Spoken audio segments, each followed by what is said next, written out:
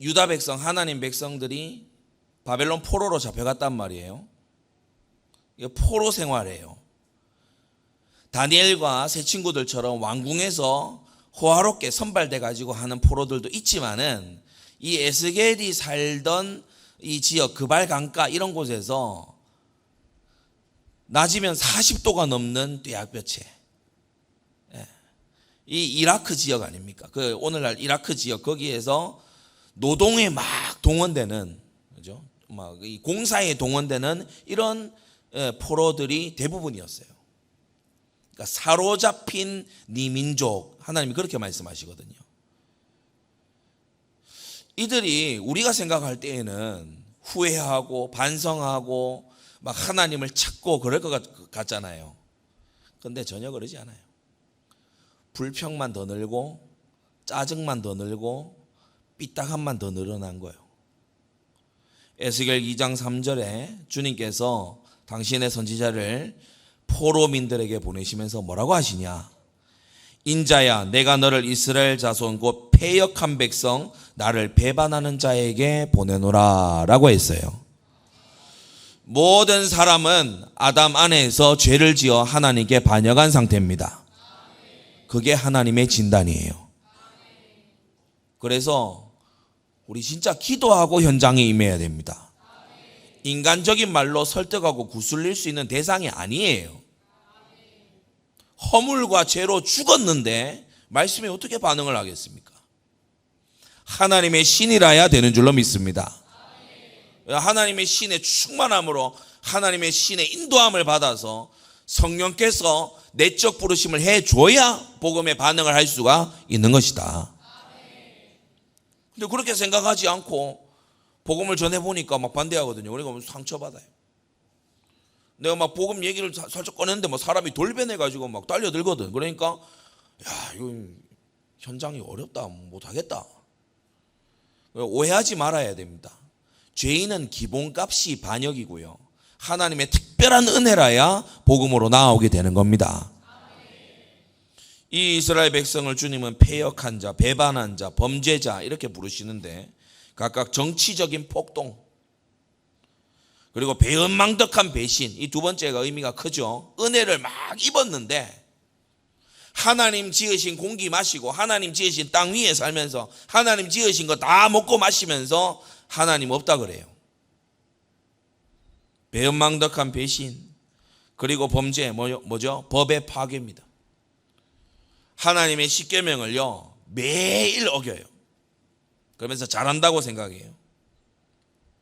이 사로잡힌 백성들과 오늘날 현장의 수많은 불신자들은 본의 아니게 연약해서 이 나무 저 나무 실과 먹다 보니까 선악과를 실수로 따먹고 이런 게 아니고, 또는 가만히 있는데 마귀가 와서 입에다 선악과 쳐넣은 게 아니고 하나님이 되려고 선악과를 먹고 타락했어요. 아담 안에서 모든 사람이 죽은 것 같이 라고 성경은 말씀합니다. 모든 사람이 죄를 범하였으며 하나님의 영광에 이르지 못하더니. 저와 여러분들이요, 이 대도시에 살아가면서 사람을 평범하다 내지는 선하다 이렇게 보면 여러분 판판이 당합니다. 사람은 거짓되고 악하고 사람은 성령의 감동 속에서 가려 만나야 돼요. 어느 날 울면서 막 상담을 청해요. 무슨 일이냐 이러니까요. 뭐를 했는데요, 크게 손해를 봤대. 그 핵심 요지에 뭐가 있냐? 사람을 믿었어. 사람을 믿었다고. 나한테 좀 잘해주고 내 일에 좀 나서주고 이러니까요, 사람을 고만 믿는 거예요. 그래서 수년 동안, 수십 년 동안 피와 땀이 얼어 있는 그걸요 고만 턱 내주는 거예요. 이런 어리석은 사람들이 어디에 있겠습니까? 여러분, 우리는 이렇게 되지 말아야 됩니다. 사람을 바로 알아야 돼요. 성경은 사람을 죄인이라고 말하고 있는 것입니다. 그래서 용서받은 죄인이 있고 용서 못 받은 죄인이 있을 뿐이지 의인은 없나니 하나도 없다. 여러분, 이 성경 진리에 바르게 서게 되기를 바랍니다. 때때로 여러분이요 아멘 세게 하는 거 보면요 저는 놀라워요. 다 이렇게 쓰러져 주무셔야 맞는데 하나님 은혜로 지금 예배를 드리고 있잖아요. 지금 무슨 말인지를 알아들으셔야 돼. 우리가 원래 우리 성질대로 할 것 같으면, 우리 본성대로 할 것 같으면 우리 멋대로 오늘도 놀러 가야 맞아요. 그런데 하나님의 은혜로. 맞습니까? 어떻게 하나님의 은혜로 우리가 기도할 수 있게 됐겠습니까? 참, 우리가 어떻게 하나님의 은혜로요, 보통 기독교인들 이 평생 가도 에스겔서 한 번도 안 열어보거든요. 근데 우리가 어떻게 하나님의 말씀을 이렇게 탁 살펴볼 수가 있었겠습니까? 하나님 전적인 은혜입니다. 하나님께서 진단하시는, 잡혀온 사로잡힌 이스라엘은 얼굴이 뻔뻔하고 마음이 강팍한 자라고 했어요. 여러분 알다시피 에스겔이 단번에 가서 하나님 말씀을 잘 전하지를 않지요. 왜냐? 불쌍한 거예요. 사로잡혀 와가지고요, 막 더위에 땀이 팍 흐르면서요, 제대로 먹지도 못하고 씻지도 못하고요. 에스겔 자신도 그렇지만 포로인 백성들도 그렇고요, 이거는 비참하게 이를 데가 없는 거예요. 자식을 잃은 사람, 부모를 잃은 사람, 고향은 모두 다가 잃었고요, 여기가 어느 땅인지도 모르겠고 이상한 방언을 쓰는 그런 관리자들 아래에서요 채찍 맞아가면서 그러면서요 노역을 하고 있는 거예요. 이 불쌍한 사람들을 하나님은 뭐라고 하시냐? 얼굴이 뻔뻔하고 강팍한 자들이다. 우리요 오늘 눈 바꿔 끼어야 됩니다.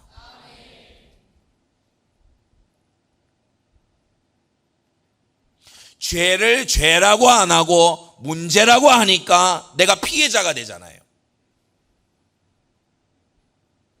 죄를 죄라고 해야 회개의 가능성이 열리는데, 죄를 문제라고 하니까 애매하면서 이제 더 나가서 어떻게 됩니까? 내가 문제 만난 피해자가 돼요. 정말 그렇습니까? 주님은 하나님 나라가 가까웠으니 회개하고 복음을 믿으라고 하셨어요.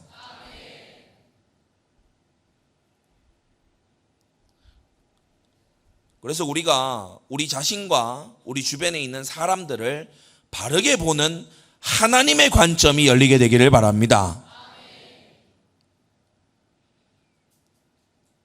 이 자들은 오늘날도 마찬가지지만 종교적인 죄악으로 하나님께 범죄해요. 성적인 죄악으로 자기 몸과 그 몸 지으신 하나님께 또 범죄해요. 사회 경제적인 또 죄악으로요 하나님 앞과 자기와 이웃에게 또 죄지어요. 자꾸 음행하고 자꾸 빼앗고 자꾸 사기치고 이러는 거 있죠. 하나님이 심판을 선지자를 통해 예고하시고 또 예고하시는데, 그런데 이 에스겔서에는 5가지 반응이 나옵니다. 첫째로 이들은 회개를 미뤄요. 회개를 자꾸 미뤄요. 에스겔 12장 27절에 이스라엘 족속의 말이 그의 보는 묵시는 여러 날 후의 일이라 그가 먼 때에 대하여 예언하는도다. 그건 우리가 들을 말 아니라 이거예요. 회개를 미룹니다. 뭐 나중에 해도 되는 일쯤으로 그렇게 여깁니다. 회개를 미루지 마시기 바랍니다. 우리가 여름에 이게 안 씻고 이렇게 하면요 찝찝합니다. 그죠? 끈적끈적하고 찝찝해요. 빨리 씻고 싶잖아요. 근데 우리 이 손 씻고 이런 거는 또 제법 해. 그런데 날마다 우리는 죄의 생각들을 씻어내야 됩니다. 날마다 온몸을 씻은 자라도 발은 계속 씻어야 된다고 주님께서 그렇게 말씀하셨어요. 여러분 성경 읽는 것도 미루지 마세요. 제가 이번 수련을 준비하면서 정말 마음에 기도하는 중에요 그런 감동이 오는 거예요. 우리 성도님들, 특히 나이 있으신 우리 성도님들, 읽어야 됩니다 얘기를 해서 어느 세월에 이 에스겔서 한 번이라도 읽어보시겠나. 그래서요 좀 표현이 그렇지만은 우격다짐으로요 막 가는 거예요. 막 48장까지 가는 거야. 한 번이라도 보라고. 오늘 만약에 제가 여러분 다시 교재를 이번 주에 잘 보셔야 되고, 여러분이 교재를 토대로 성경을 잘 보셔야 되고, 거의 안 볼 거예요. 여러분 알아요. 교재 잃어버린 분들도 여기 있어. 어디 갔더라? 구미에 두고 왔네. 알아요, 알아. 기대치가 안 높다니까. 하나님이 우리가 진토임을 아시듯이 저도 마찬가지입니다. 수련회 때 매줘줘야 돼. 와 있을 때 막 끝장을 봐야 돼. 왜냐, 다시 안 올 시간이고 막 일단 한 번은 들었다 이렇게 되도록 막. 여러분 미루지 마세요. 자꾸 언젠가 가겠지. 아닙니다. 선교 언젠가 가겠지. 아닙니다. 오래 가야 돼요. 예, 지금 가야 돼. 갈 수 있을 때 가야 돼요. 그나마 눈이 좀 보일 때 성경 봐야 돼요. 예, 일하지 못할 날이 곧 옵니다. 예, 곧 와요. 하나님이 힘 주시고 기회 주실 때 회개도 하고 순종도 하고 성경도 읽고 제자도 삼고 전도도 하고 선교도 하는 그런 우리가 되어야 될 줄로 믿습니다. 먼 훗날에 할 일이 있다, 뭐 나중에 할 일이, 내년에, 다음, 내후년에, 여러분 그런 거 하지 마세요. 지금 해야 됩니다. 어떤 신학자가 그런 얘기 했잖아요. 지금은 하나님의 시간이고 나중은 마귀의 시간이다. 세상에 제일 비싼 금이 있는데 뭐라고요? 지금. 제일 비싸요. 억만금을 주고도요, 방금 지나간 그 지금을 못 사. 둘째로 이 에스겔 당시의 백성들은 어떻게 했냐? 정신승리하고 있어요. 오늘날 수많은 교회들이요 이런 식으로 합니다. 하나님은 죄 버리기를 원하시는데 백성들은 정신승리하고 있어요. 하나님은 하나님이 함께 하시기를 원하는데 백성들은 괜찮다 주문해 오고 있는 거예요. 서점에 한번 갔더니 서점 입구에 괜찮다 다 괜찮다 뭐 이런 에세이 있잖아요. 이렇게 딱 뭐 그냥 지나가면서 제목만 읽어도 뭔가 마음이 뭐 올망졸망해지는 그런 것들 있잖아요. 왜? 제가요 성령 충만 안 할 때는 보면서 어머 흔들리지 않는 꽃이 어디 있으랴 뭐 문화 감수성이 올라오고 이럽니다. 근데 성령 충만하고 성령 딱 무장하고 그러잖아요. 뭐 저런 소리를 하고 있냐 이렇게 싶어요. 다 괜찮은 게 아니에요. 하나님은 우리가 죄를 회개하기를 원하십니다. 하나님과의 올바른 관계가 되기를 원하시는 거예요. 지금 폐역하잖아요. 우상 숭배하고 마음의 우상도 가지고 있잖아요. 음행을 자꾸만 하잖아요. 자꾸만 강탈하고 사기치잖아요. 그런데 그들이 내 백성을 유혹하여 평강이 없으나 평강이 있다 함이라. 응답될 거다. 하나님께서 막 되게 하실 거다. 여러분 그런 말이 중요한 게 아니고 순종하라는 것이 우리에게는 필요합니다. 무슨 말씀을 어떻게 어떤 마음가짐으로 순종해야 될지 하나님 말씀을요 그런 관점에서 봐야 되는 거예요. 세 번째, 이들은 자신들에게 어려움이 온 것을요 조상의 탓으로 돌려요. 타락한 아담과 하와가 제일 먼저 했던 거 남 탓. 아담에게 너 내가 먹지 말라 한 선악과를 왜 먹었냐? 이 여자가 먹으라고 해서. 하와에게 너 왜 먹었냐? 이 뱀이 먹으라고 해서. 계속 남 탓하는 거예요. 이 에스겔 18장 19절에 뭐라고 합니까? 아들이 어찌 아비의 죄를 담당치 않겠느냐 라고 하면서 그럴듯해 보이는 주장인데 사실 성경 전체의 흐름과 안 맞다고 했죠. 조상 탓을 하는 거예요. 제2계명에 우상숭배하지 말라, 나를 미워하는 자의 죄를 갚되 아비로부터 아들에게까지 3, 4대까지 이르게 하거니와 라는 말씀은 우상숭배하지 말라는 말씀에 포커스가 있는 것이지, 조상이 그런 죄 지었으니까 나는 아무 죄도 없는데 당하는구나 이렇게 핑계대라고 주신 말씀이 아닙니다. 그 말씀을요 왜곡하지 말아야 돼요. 네 번째, 더 나아가서요 이들은 알아듣기 어렵다, 비유 같고 수수께끼 같다 이렇게 이제 막 나옵니다. 에스겔 20장에 그들이 나를 가리켜 말하기를 그는 비유로 말하는 자가 아니냐 하나이다. 그는 이야기꾼이 아니냐, 그는 수수께끼를 말하는 자가 아니냐, 이렇게요 어려운 얘기하는 자다. 그렇게 또 나가는 거예요. 말을 하려면 정확히 해야죠. 순종이 어렵다 해야지 알아듣기 어렵다 하면 되겠습니까? 다섯 번째, 재미 삼아서요 듣고요 여전히 욕심 따라서 삽니다.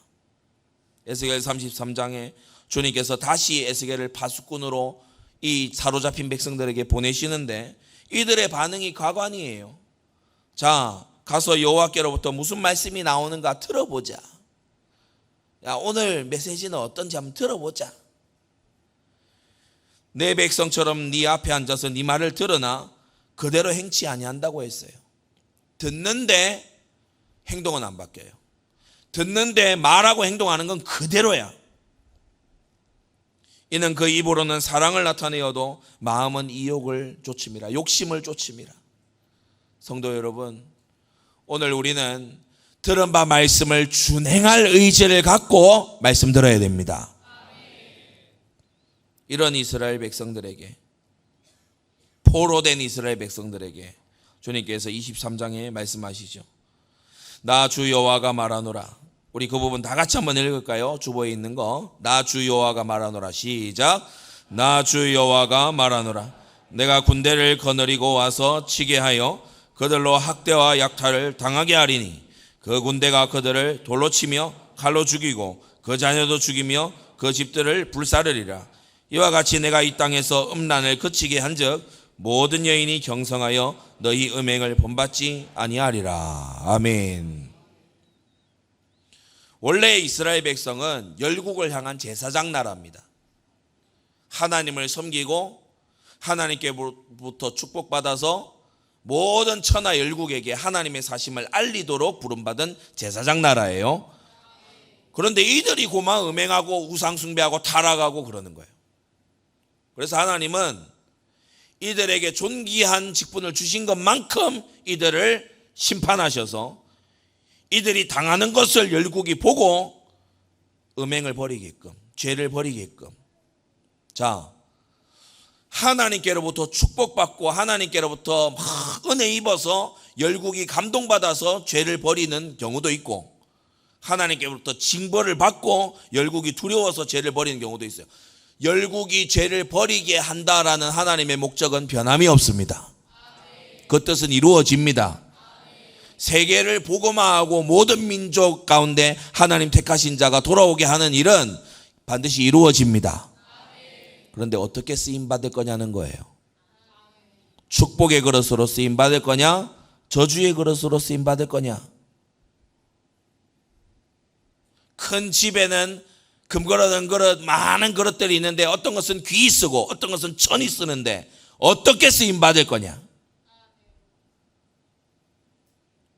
저 여러분들은 어떻게 쓰임받아야 되겠습니까? 자금의 우리 교단 일부에 많은 주의 종들, 또 많은 직분자들 보면요, 야, 저렇게 살지 말아야지, 저렇게 살아서는 되겠냐 라는 대상이 돼 있어요. 우리의 인생이 그렇게 되지 않도록 기도하십시오. 하나님, 죄의 유혹에 무너지지 않게 해 주시옵소서. 복음을 빙자해서 타락의 기회 삼지 않게 해 주옵소서. 복음 전하게 해 주옵소서. 주님의 거룩한 말씀으로 전하게 해 주옵소서. 여러분 기도하시기 바랍니다. 지금요, 이 이스라엘은 반면교사로 하나님께서 인받아요. 이렇게 살면 큰일 나, 알겠지? 그런 걸로요, 오늘날까지도 우리에게 반면교사로 돼 있어요. 그야말로 초토화되는 심판을 맞이합니다. 바벨론에 포로로 잡혀갔잖아요. 어떤 사람들은 출바벨론 얘기하는데 성경에는 출바벨론이 없습니다. 출바사가 있죠. 성경 역사를 바르게 얘기해야 돼요. 바벨론에 포로로 잡혀갔는데 왕조가 바뀌어요. 메대 왕조로 바뀌어요. 또 왕조가 또 바뀌어요. 바사 왕조로 바뀌어요. 그러니까 원래 포로로 갔던 이스라엘 백성은요, 지위가 더 낮아져. 지위가 더 낮아져. 특히 뭐 왕궁 안에서 다니엘 같은 이런 사람이야 왕조가 막 바뀌는데 총리를 계속하는 그런 놀라운 하나님 은혜 속에 있지만, 그 발강가의 이 포로민들은요, 신세가 그야말로요, 눈물 골짜기를 지나요. 좀 생각해 보세요. 나를 막 겁박하고 나를 막 군박하던 그 대상이 이제는 피지배 계층이 됐어. 그 위에 더 센 놈이 오는 거야. 그러면 나는 이제 더 밟히는 거죠. 하나님께서 징계를 해도 회개를 안 하는 이스라엘을요 초토화시키십니다. 그렇게 초토화되는 백성들이 에스겔 37장 마른 뼈의 골짜기로 이 골짜기에 수많은 마른 뼈들이 되게 되고, 주님께서는 에스겔에게 물으시죠. 인자야, 이 뼈들이 능히 살겠느냐? 그러니까 에스겔도 보니까요 아무런 소망이 없어요. 아무런 소망이 없어요. 주께서 아십니다. 너 에스겔아, 가서 마른 뼈에게 대어내라. 살아있는 사람들한테 가라 그럴 때도 에스겔이 머뭇거렸거든요. 근데 마른 뼈에게 가래요. 여러분 알다시피 뼈가 다 말라서 백골이 막 돼 있으면요, 뭐 백골이 듣기나 합니까? 하나님 백골이 돼서 지금 뼈가 다 말라 비틀어졌습니다. 아니 상식적으로 이게 말이 됩니까? 라고 한 게 아니고 대언했어요. 순종했어요. 마른 뼈 같은 현장에 말씀 들고 가게 되시기 바랍니다. 하나님은 믿음으로 우리가 나아가기를 원하세요. 생기를 향해 대어내라. 말씀과 성령의 역사로 이들을 다시 살리시는데 지극히 큰 군대가 되었다. 이 군대가 일어나니까, 다시 말해 이 교회가 일어나니까 고국왕이 대군을 이끌고 오잖아요. 그게 38장 39장이잖아요. 대군을 이끌고 오고 이제 이 하나님의 능력으로 이 연합군을 격파하게 되죠. 이 역사가 무엇을 말하는 거겠습니까? 하나님은 죄와 악을 심판하시고 제거하신 후에 당신의 백성과 함께 하신다. 하나님은 하나님의 소원 중 소원이 하나가 있다면 당신의 백성이 죄를 버리는 겁니다. 하나님은 어떻게 영광 받으시지요? 불신자의 구원과 신자의 경건으로 영광 받으십니다. 하나님은 불신자의 구원과 신자의 경건으로 영광 받으시는 하나님이세요. 말씀을 보겠습니다. 첫째, 오늘 이 본문에 나온 에스겔 성전이에요. 에스겔 40장의 극히 높은 산에 하나님이 에스겔을 이 환상 중에 데려가셨죠. 성읍의 형상 같은 것이 보였다고 했어요. 이 에스겔 성전을 들여다보면 온전한 대칭과 균형을 이룬 걸 볼 수 있는데 질서와 위엄이 있는 그런 모습이에요. 아주 반듯한 모습이죠. 건축물에는 건축자의 정신과 가치가 들어 있습니다. 하나님은 우리가 균형 잡힌 제자들이 되기를 원하십니다. 그래서 우리가 붙잡는 말씀도요, 균형이 있어야 돼요. 현세와 내세의 균형. 우리의 내면과 외적인 행동 사이의 균형. 균형이 있어야 돼요. 그러면서 천사가 이 에스겔을 인도해서 동문으로 먼저 들어가죠. 그리스도의 유일성을 말함임을 믿습니다. 예, 의로운 태양이신, 동쪽이 태양 떠오르는 곳이잖아요. 의로운 태양을 상징하는 것인데 우리 그리스도 예수를 의미하는 것입니다. 그리고 뜰로 바깥뜰, 안뜰 이렇게 가게 되는데 교회의 교제를 말하는 것이고, 제사를 준비하는 곳을 이렇게 자세히 들여다봅니다. 여러분, 구속사, 성경의 역사는 한 번의 영원한 마지막 제사인 그리스도의 십자가를 준비하는 거예요. 그리고 제사장의 준비실을 둘러보고 내전을 둘러싼 골방, 특히 3층 골방, 그래서 내전, 이 하나님의 성소를 둘러싼 이 골방들을 보게 되고, 사람과 사자의 형상이 장식된 것을 이제 보게 되는데 지혜와 힘을 상징한다. 그리스도는 하나님의 능력이고 하나님의 지혜입니다. 나무 제단이 있었다. 이게 떡상과 이 향단, 그게 구별되지 않고 오직 나무 상만 있었다. 주님의 십자가를 예표하는 것이다. 그러면서 성소 안에는 창이 닫혀 있어요. 닫힌 창. 우리가 하나님께 나아갈 때에는 이성의 빛이 아니라, 자연의 빛이 아니라 계시의 빛에 의존해야 되는 것이다. 그리고 오늘 본문에 나온 거룩한 방에 대한 이제 언급이 나옵니다. 에스겔 43장에도 전의 법은 이러하니라 라고 하면서 먼저는 제단을 설명하시고요. 그 다음 레위 지파와 사독 계열이 각각 어떻게 직분을 내팽겨치고 또 직분에 충성했는지 이 두 그룹에 대해서 설명하시고요. 그리고 땅의 분배, 왕의 통치법, 이제 신정국가잖아요. 왕의 통치법, 그리고 절기의 규례, 그리고 매일의 번제, 왕에게 주어지고 또 상속될 기업, 그리고 마지막으로 성전 부엌에 대한 규례까지, 이것을 성전법으로 하나님께서 에스겔에게 주시는 거 있죠. 그 두 번째입니다. 에스겔 성전에는 오늘 본문에 나오는 것처럼 거룩한 방이 있었어요. 이 방은 어디 있었냐? 작은 첫째로 각각 본 성전, 본전의 북편과 남편에 있는 3층의 둘 이자 건물들입니다. 55m의 길이, 27m의 폭을 가진 그런 이제 건물들이에요. 이것은 이제 그 성소를 둘러싼 3층, 구원의 방주를 상징하는 거기도 하고 또 3층천을 상징하는 것이라고도 했습니다.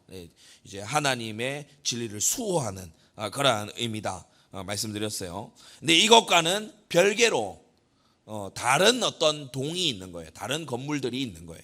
이 건물들은 북편에 두 줄, 남편에 두 줄, 이렇게 각각 두 건물인데 엄밀히 의미하면은 4개의 건물이 되는 거죠. 성전을 수직하는 제사장들이 북편에 있는 건물을 사용하도록 했고, 제단을 수직하는 제사장들이 남쪽에 있는 건물을 수직하게 했어요. 그래서 우리 성소의 입구도 역시나 동문입니다. 그죠? 동쪽에서 진입을 합니다. 그러니까 성소에서 딱 나온다고 봤을 때 좌우로 이 제사장들의 방이 딱 위치하게 되는 거죠. 그리고 이 북편과 남편에 있었던 이 건물들은 길게 늘린 담을 이렇게 뜰 앞에 두어서 휴식에 불편함이 없도록 그렇게 하신 것입니다. 그러면 이제 중요한 게 두 번째, 무엇을 하는 곳인가? 이 건물은 무슨 용도인가? 13절과 14절입니다. 이곳은 거룩한 방이라고 13절에 나오는데 여호와를 가까이 하는 제사장들이 지성물을 거기서 먹을 것이며 라고 했어요. 이 제사장들이 식사하는 곳입니다. 지성물은 뭐죠? 백성들이 하나님께 바쳐서 하나님의 소유가 된 걸 지성물이라고 불러요. 그리고 제물을 보관하고 또 14절에 옷을 갈아입고, 그래서 이 에스겔 성전에 특이한 게 이 제사장이 섬기던 어떤 이 복장 자체로 바깥들로 못 나가요. 나가기 전에 옷을 갈아입고 나가도록 그렇게 하셨죠. 그리고 모임과 휴식을 이곳에서 하게 되고 제사나 강론, 말씀 강론을 여기서 이제 준비를 하는 겁니다. 이 두 개의 제사장들의 방은 본전, 그러니까 본성전 바로 옆에 딱 위치해요. 무슨 의미죠? 항상 하나님을 바라보고 기도하라는 것입니다.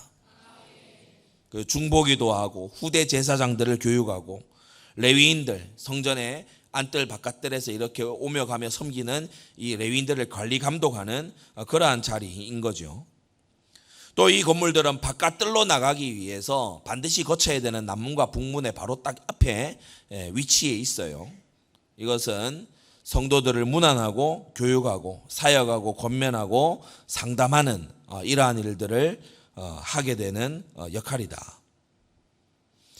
이 북편과 남편에 있는 오늘 에스겔 성전의 거룩한 방들은 작은 셋째로 레위 지파 중에서도 사독의 후예들에게 주신 하나님의 분복이었습니다.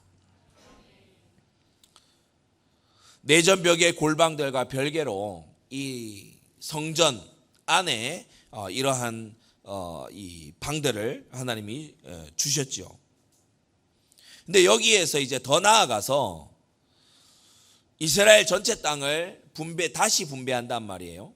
그러니까 제2의 출애굽 출바사가 있을 거기 때문에 이제 미리 분배하는 거죠. 땅을 분배해 놓는다는 건 뭐예요? 곧 들어가서 차지한다는 겁니다.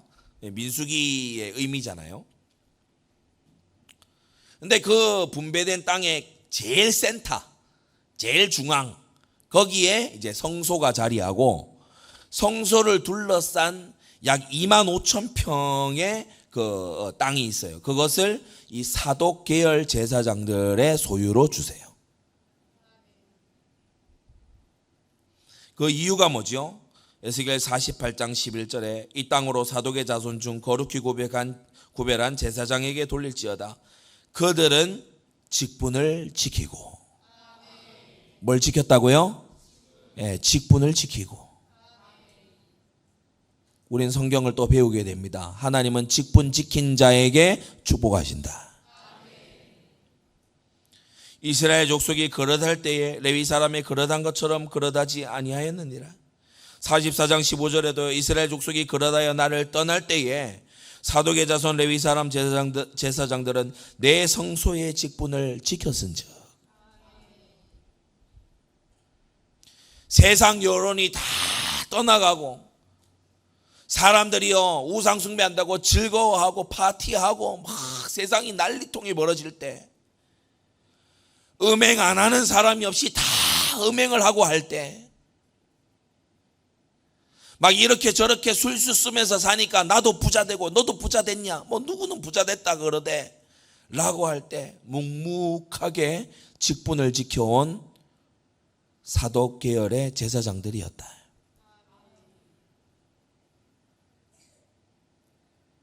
그들이 온 나라가 우상과 음란과 강포로 물들어갈 때, 또 모든 레위인들이 이방인들을 불러다가 성소의 직분을 대신시킬 때,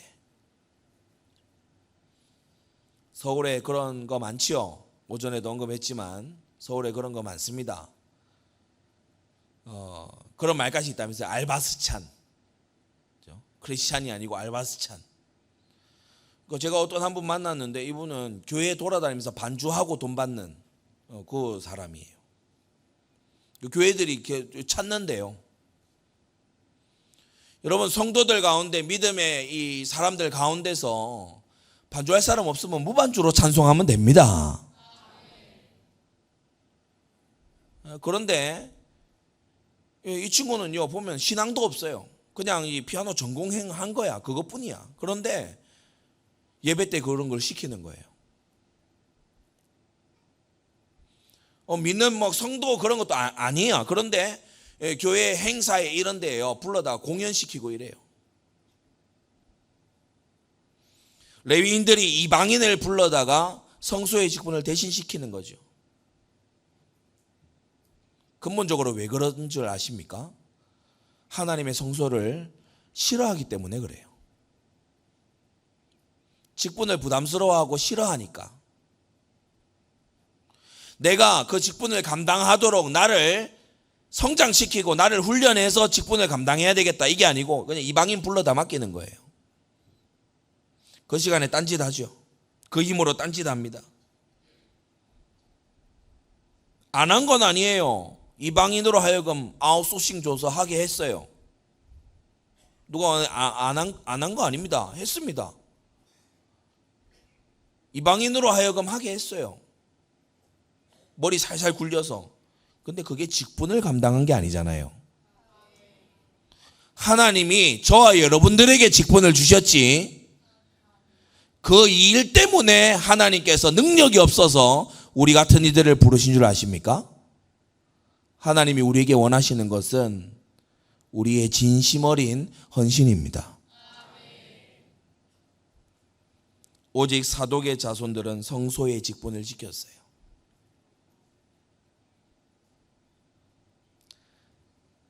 희생제사 드리러 오는 사람들이 줄어드는 중에도, 하나님께 감사제를 드리러 나오는 사람이 극히 줄어든 중에도 여전히 성소의 직분을 지키는 거예요. 그래서 에스겔 44장에요, 사독 자손을 제외한 레위인들은 제사장의 지위를 박탈당하고 강등됩니다. 이들의 죄는 크게 두 가지로 볼 수 있는데, 하나는 그들의 직무를, 그들의 직분을 유기한 것이고, 또 하나는 백성들이 우상을 섬길 때 가서요 수종 들고 도와주고 그런 짓을 하는 거예요. 죄 짓도록 가서 힘 보태주는 거예요. 그렇게 해서야 되겠습니까? 꼭 기억하시고 표시를 해 두십시오. 죄의 유혹에 마구 뒤섞여 산 자들과 경건과 사명을 지켜낸 이들을 하나님은 구분하십니다. 다릅니다. 우리 하나님이 보고 계시고 듣고 계십니다. 여러분, 사람의 인정 이전에 하나님의 눈에 발견되시기를 바랍니다. 직분을 잘 감당한 자, 하나님을 경외함으로 직분을 잘 감당한 자는요, 존귀함에 나아가게 되는 거예요. 근데 하나님 주신 거 대수롭지 않아. 회사에서 나에게 200만 원, 300만 원 걸어놓고 너 이거 해야 한 달에 이거 줄 거야 라고 그거 걸어놓으면요, 죽으라 하고 막 해요. 근데 천지만물주이신 하나님이 나한테 뭘 하라고 해. 그러면은요, 콧방귀 껴요. 하나님이 알고 계십니다. 뭘 더 중요하게 생각하는지 하나님께서 알고 계십니다. 그래서 어려운 시기, 유다가 멸망할 그 딱 시기에 레위인들 사이에서 딱 두 갈래로 갈라지는 거예요. 이방인에게 뭐 품삯 줬겠죠. 그렇게 해서 슥 맡기고 자기는 세상으로, 죄악으로, 우상으로 막 달려가는 자들.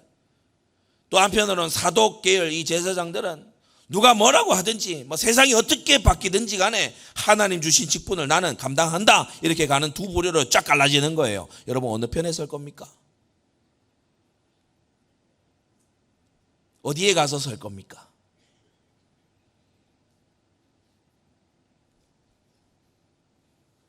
하나님께서는요, 이 사독의 자손들에게 축복하시고 이 사독 자손들을 주님께서는 가까이 나와서 섬기게 해 주시는 것입니다.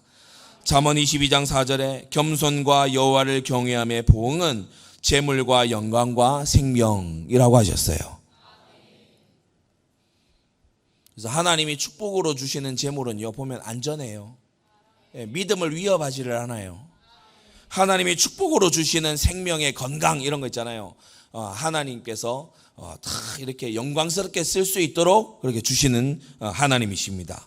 자, 이제 마지막 세 번째로 이 거룩한 방의 삼중적 의미에 대해서 우리가 생각하고 오늘 메시지 마무리하겠습니다. 첫째, 기독론적으로 이 방을 해석하자면 예수 그리스도가 성전 그 자체시잖아요. 하나님이 우리와 함께 거하시는 성전 그 자체십니다.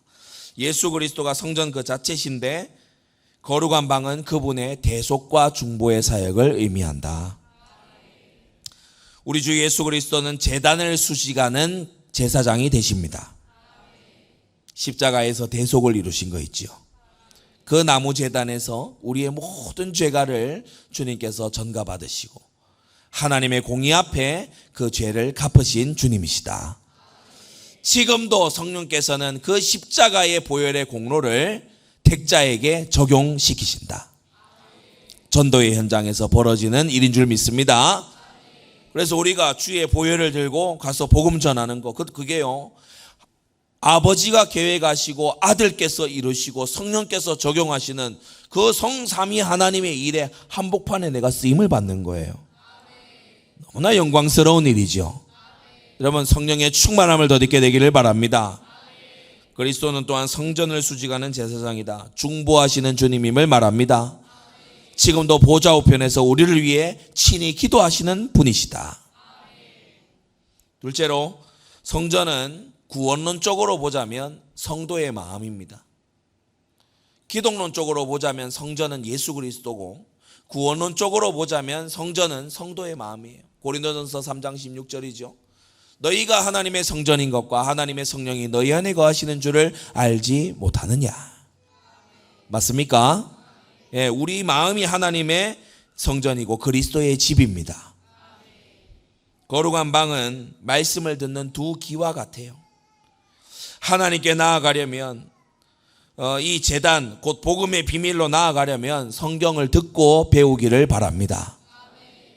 성경을 듣고 배우는 두 귀와 같아요. 여러분의 마음의 집에는 그리스도께서 어떤 방에 계십니까? 어떤 성도는 필요하고 급할 때만 찾는 그리스도가 화장실에 계십니까? 또는 어떤 성도는요, 그리스도가 창고에 있어요. 오랜만에 막 한 번씩 막 1년에 한 번도 막 간절하게 그리스도를 찾지 않아요. 어떤 성도는 그리스도가 저 멀리 사랑방에 있어요. 여러분, 그리스도가 여러분의 마음의 방에는 어디에 계십니까? 우리의 마음의 안방에 계시고, 우리의 마음의 거실에 계시고, 우리의 마음의 모든 곳에 계셔야 될 줄 믿습니다. 주인의 자리에 계셔야 되는 거예요. 손님의 방에 있는 것이 아니고 주인의 방에 계셔야 되는 것입니다. 성경을 아무에게나 배우면 안 돼요. 정통한 성경교사에게 배워야 될 줄로 믿습니다. 하나님 말씀에는 창조의 능력이 있어요.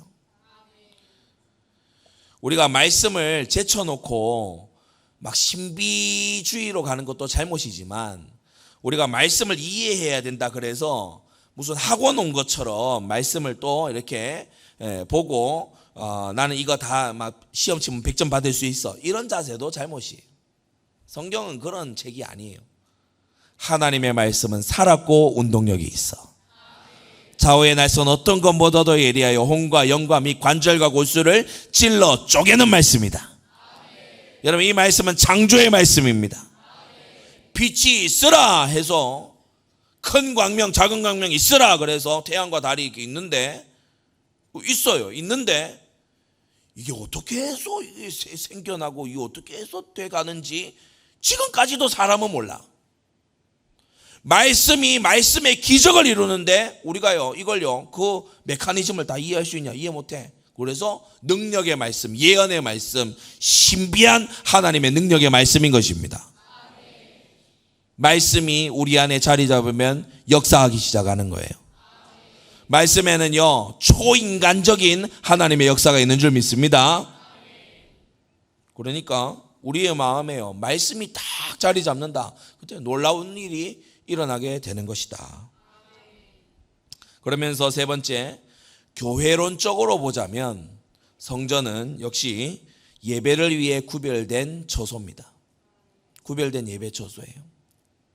이 성전에 대해서 성전 신학을 제대로 안 한 경우에는 이제 어디서 이제 주워들었으니까 자꾸만 예수 그리스도가 성전의 이제 뭐 완성이고 그걸로 끝이다 이렇게 하는데, 그렇게만 보는 게 아닙니다. 예수 그리스도가 성전이시고 성령이 거하시는 우리의 마음이 성전이고, 또 믿음의 공동체가 함께 모여 예배드리는 곳이 성전임을 믿습니다. 그래서 함께 예배드리는 예배의 처소에 거룩한 방, 곧 신약의 복음 제사장인 목회자의 공간이 필요함을 에스겔서는 교훈하고 있는 것이다. 신약 성경 빌레몬서 1장 22절에도 사도가 빌레몬에게 말하지요. 오직 너는 나를 위하여 처소를 예비해라. 여러분, 초대교회 핍박시대입니다. 그런데 처소 예비하라 그래요. 바울이 이기적인 욕심 때문에 그랬냐? 아닙니다. 목회자의 머물 곳이 있고 그가 말씀을 준비하고 기도할 수 있는 그런 터전이 있어야 교회가 세워져 갈 수 있기 때문에 그런 거예요.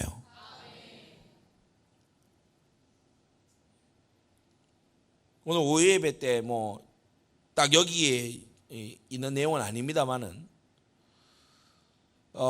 여러분이 아마 목사님이 자주 이사 다니신 얘기를 들었을 겁니다. 전세 기간이 다 돼서 또 이사 가야 되고 또 이사 가야 되고. 그거요, 우리 교회적으로 부끄러운 일이에요. 부끄러운 일입니다. 성경의 예대로 따지자면 그렇게 하면 안 돼요. 말씀과 기도에 전무할 수 있도록 도와야 되는 겁니다. 그러니까요, 이 핍박 시대인데 빌레몬서에 이렇게 말하잖아요. 나를 위해 처소를 예비하라고 당당하게 말합니다. 왜 그러냐? 복음 제사장의 직무를 해야 되니까. 그래서 여러분, 세상에 이런저런 생각들, 이런저런 말이 아니라 성경이 뭐라고 하는가를 바르게 배우게 되기 바랍니다. 구약이든 신약이든 주님은요, 주의 종을 위해서 처소를 예비하는 이것을요 아주 신경 쓰세요. 열왕기하 4장에도 보면은 이 수넴 여인이 나오죠. 자신의 죽은 아들을 되돌려받은 이 기적을 체험한 여인 아닙니까? 이 수넴 여인. 이 수넴 여인이 자기 남편하고 하는 얘기가 기록되어 있어요. 이 사람 엘리사는 하나님의 거룩한 사람인 줄 내가 아느니 우리가 저를 위하여 작은 방을 담 위에 짓고 침상과 책상과 의자와 촛대를 진설하사이다. 우리 그렇게 합시다 여보. 우리 그렇게 합시다. 선지자 엘리사가 왔을 때에 휴식을 좀 하고 말씀을 준비하고 기도를 하고 할 수 있도록 이렇게 준비를 합시다. 이러한 집에 하나님의 은혜가 임하는 겁니다. 그래서요 신구약을 바르게 봐야 돼요. 성경 말씀에요 군데군데 이것이 나옵니다. 갈라디아 6장에 뭐라고 했습니까? 가르침을 받는 자는 말씀을 가르치는 자와 모든 좋은 것을 함께 하라고 말씀했어요. 여러분 축복의 통로를 잘 확보하시기를 바랍니다. 사사시대 우리 말씀 많이 들었죠. 저마다 먹고 살기 바쁘니까요 도피성 다 비는 거예요. 비류들 깡패들이 거기 와서 대신 들어 살아요. 레위인들이 다 어디 갔냐, 다 먹고 살 길 찾아갔어요. 먹고 살 길 찾아서. 제가 우리 몇몇 성도님들이 이 논문하고 막 이런 거 하는 데 있어서 이게 이 헌신을 해 주셨어요. 책 사보라고. 한 번씩 여러분 주보에 보면 뭐 사무엘 목사님 도서 구입비 이래가지고 이렇게 합니다. 그러면 그건 도서 구입비로 제가 최대한 도서 구입비로 씁니다. 그거 갖고 치킨 시켜 먹지 않아요. 도서 구입비입니다 이러는데 제가 그걸로 찜닭 시켜 먹지 않습니다. 도서를 구입합니다. 그래서 라틴어도요 제가 여러 이 교재를 놔두고 할 수 있었어요. 궁해가지고 막 인터넷 어디에 막 뒤져가지고 그래가지고 뭘 찾아내는데 알고 보니까 해석이 틀린 해석이야. 얼마나 궁상 맞습니까? 얼마나 궁상 맞아요. 그렇잖아요. 이번에 에스겔서 이렇게 준비하는데도요 주석을 본 것만 20종이 넘어요. 그러니까 1차로 다 만들어 놓고 여러분이 이거 3일 안에 소화가 도저히 안 된다 그래서 줄인 게 그거예요. 아 너무 많은데요. 줄인 거예요. 줄인 거. 다이어트 확 한 거예요. 20종이 넘어 검토하고 비교하고 교부들은 뭐라고 얘기했는지 개혁자들은 뭐라고 얘기했는지 이 성경에 대해서 그러면은 잘못 해석했을 때 어떤 결과가 나오는지 이 성전의 상징들을 뭐라고 볼 건지 그런 거에서 탐구를 해야 되는데 그러면요 이걸 이제 이북으로도 확보를 해야 되고 또 하드카피로도 확보를 해야 되고 뭐 이렇단 말입니다. 근데 예를 들어서 이런 지원이나 이런 걸 없으면요 이제 뭐 한두 권 가지고 막 다 아는 것처럼 해야 되는 거예요. 빈약하고 아슬아슬하고 그렇게 되는 거예요. 그 결과는 성도들이 다 따먹게 돼 있어요. 여러분이 목회자가 말씀의 종이 정말요 말씀과 기도에 전무하도록 딱 돕잖아요. 여러분과 여러분 자녀들이 그 실과를 따게 돼 있습니다. 정말 깨어있게 되기를 바랍니다. 사람이요 생각이 근원적으로 확 돌아가야 돼요. 말씀을 가르치는 여기에 진짜 잘할 수 있도록 딱 돕는다 그러면요 하나님 말씀이 탁 들어가면 다 살잖아요. 다 살아나잖아. 후대들이 살아나잖아. 하나님의 역사가 일어날 줄로 믿습니다. 자기 마음을 이길 수 있는 능력이 어디서 옵니까? 하나님의 성령과 말씀에서 오는 거지. 죄악의 유혹을 누가 이겨낼 수 있습니까? 하나님의 말씀에 성령 감동 속에서 할 수 있는 것이. 이게 얼마나 중요하냐 말이에요. 그러니까 엘리사를 도왔던 수넴 여인, 바울을 동역했던 빌레몬 이런 인물들이 성경에 우리의 교훈을 위해서 딱 나오는 것이죠. 결론입니다. 거룩한 방을 준비하시기 바랍니다. 여러분 마음의 거룩한 방을 준비하세요. 여러분 마음의 가장 깊은 곳에 있는 방 그곳에 우리 주님이 계셔야 됩니다. 그리고 현실에서도 여러분의 현장에서도 지금부터 기도하세요. 우리 지교회 성도님들 기도하세요. 지교회 순회를 이렇게 할 때 먼 지역은, 가까운 지역은 금방 갔다 오면 되지만 먼 지역은 가면은 1박을 하고 2박을 하고 이래야 됩니다. 제가 누구 교육자를 보내려고 그래도 여러분, 교육자가 전도사님이, 목사님이 모텔 전전긍긍하면 되겠습니까? 그런데 드나들면 안 돼요. 그거 함부로 하다가 지금 저런 사단 났잖아. 그렇게 놔두면 안 될 줄로 믿습니다. 그렇게 하면 안 돼요. 구약의 수냄 여인도 아는 거를 왜 우리가 모릅니까? 진짜 지교회에서요, 기도 제목 잡고 기도하세요. 하나님 뜻이고 말씀이니까 하나님 응답하실 겁니다. 하나님, 목회자 머물 방을, 처소를 빌레몬서 보니까 준비하라고 말씀되어 있는데 하나님, 제가 준비할 수 있도록 하나님 주시옵소서 기도하시기 바랍니다. 성경 말씀 붙잡은 기도예요. 하나님 기뻐하시는 기도 맞습니다. 이 에스겔 성전에, 하나님의 그 영광의 성전에 제사장들의 방이 있었다. 신약의 복음 제사장 직무자인 목회자가 구약의 제사장들에 못지 않습니다. 많은 사람들이 뭔가 착각을 하고 오해를 하는 경우들이 있는데, 고린도후서 3장에 보면 이렇게 나오죠. 돌에 써서 새긴 죽게 하는 의문의 직분도 영광이 있어 이스라엘 자손들이 모세의 얼굴에 없어질 영광을 위하여 그 얼굴을 주목하지 못하였거든 하물며 영의 직분이 더욱 영광이 있지 아니하겠느냐라고 했어요.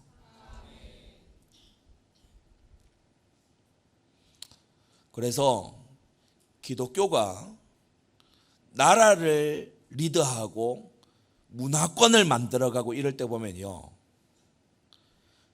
자라나는 아이들 중에 제일 똑똑하고 제일 팔팔한 애들이 목사님이 돼요. 그러면 교회는 승승장구하는 거예요. 교회는요, 교회 지도자들이 국가 지도자들을요 코치를 하는 거예요. 미국 개척 초기 때 미국 동부 뉴 잉글랜드 그 지역에 주지사나 아주 그 높은 그런 장군들이나 이런 사람들 있잖아요. 항상 목사님에게 와서 상담합니다. 왜냐? 목사님만큼 지식인이 없거든. 목사님만큼 해안이 뛰어난 사람이 없거든. 그러니까 제일 똑똑한 아이들이 목회길을 딱 가는 거예요. 왜 제일 똑똑한 애들이 목회길을 가려고 그럴까? 대우가 남다르거든. 영광이 남다르고 가치가 남다르다. 모든 성도들이 최고는 목회자다 이렇게 딱 돼 있거든. 저는 대학갈 무렵에 배치표 보고요, 아연 실세게 했어요. 신학교들이 저 아래 갖다 붙어 있는 거예요. 이렇게 돼서는 안 되는데, 이래서는 안 되는데, 이거 해보고 저거 해보고 안 되니까 신학교나 갈까? 그래 가지고는 안 되잖아요.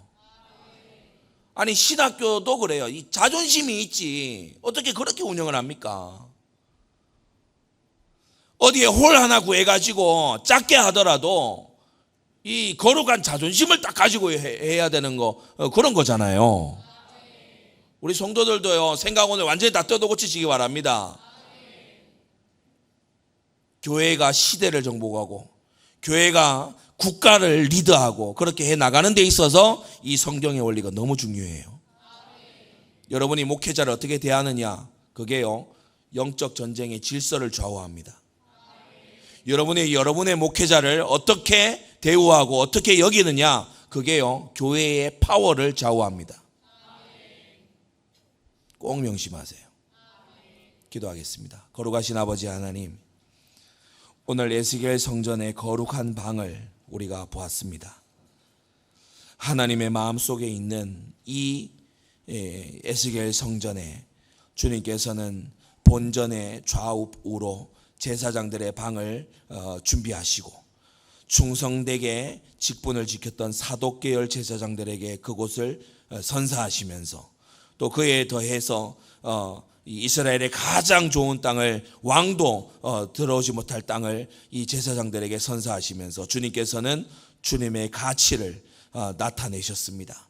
하나님 아버지, 우리 모든 성도들 하나님의 가치 판단으로, 하나님의 우선순위로 생각이 바뀌게 하여 주시옵소서.